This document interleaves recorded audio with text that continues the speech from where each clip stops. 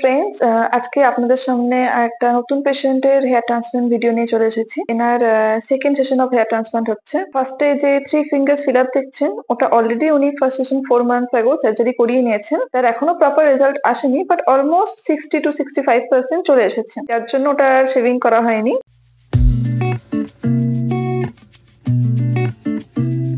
তো ওনার পেশেন্টের রিকোয়ারমেন্ট ছিল যে যতটা সার্জারি হয়েছে তার পরের অংশ যতটা বাকি আছে ততটা একবারে ওনার কভারেজ চাই। তো তোমরা দেখতে পাচ্ছ যে এখন এখানে ট্রান্সপ্লান্ট করা হচ্ছে, কিন্তু ওনার ডোনার যেহেতু খুব একটা স্ট্রং ছিল না, আর অলরেডি ফার্স্ট সেশন অফ সার্জারিতে ওনার 3000 গ্রাফট উইথ টেম্পল করা হয়েছে।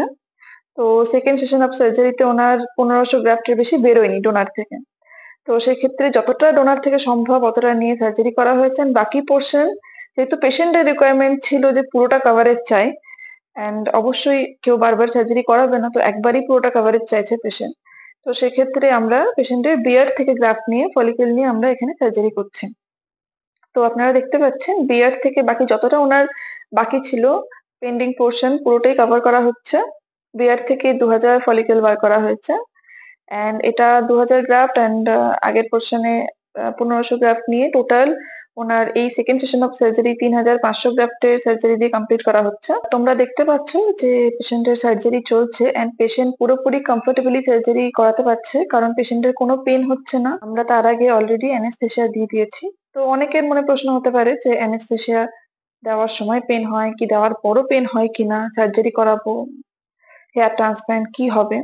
তো দেখছো পেশেন্ট আরামসে শুয়ে সার্জারি নিচ্ছে, মানে পেশেন্টের কোনো পেন হচ্ছে না। অলরেডি অ্যানেস্থেসিয়া দিয়ে পুরো জায়গাটা অবশ করে দেওয়া হয়েছে। পেশেন্ট বুঝতেই পারছে না যে পেশেন্টের সার্জারি চলছে। তো তোমরাও যারা যারা ভাবছো যে সার্জারি করাবে কিন্তু ব্যথার ভয়ে পেনের ভয়ে তোমরা করাতে পারছো না, তো তাদের জন্য বিশেষ করে এই ভিডিওটা। তো তোমরা নিশ্চিন্তে সার্জারি করাতে পারো যারা এরকম এই পেশেন্টের মতো বার্ডনেস নিয়ে আসছে এন্ড ডোনারও সাফিসিয়েন্ট নয়। তো ওনাদের জন্য বিয়ার ট্রান্সপ্লান্টের অপশন রয়েছে, বিয়ার থেকে ফলিকেল নিয়েও করা যেতে পারে। তো সেক্ষেত্রে কোনো অসুবিধাই নেই। তাই এটা ভাবার দরকার নেই যে কারো ডোনার এরিয়া খারাপ আছে তো সেক্ষেত্রে সার্জারি হবে না, পসিবল হয় কি হয় না। আশা করছি আপনাদেরকে এই ভিডিওর মাধ্যমে আমরা কিছু ইনফরমেশন দিতে পেরেছি।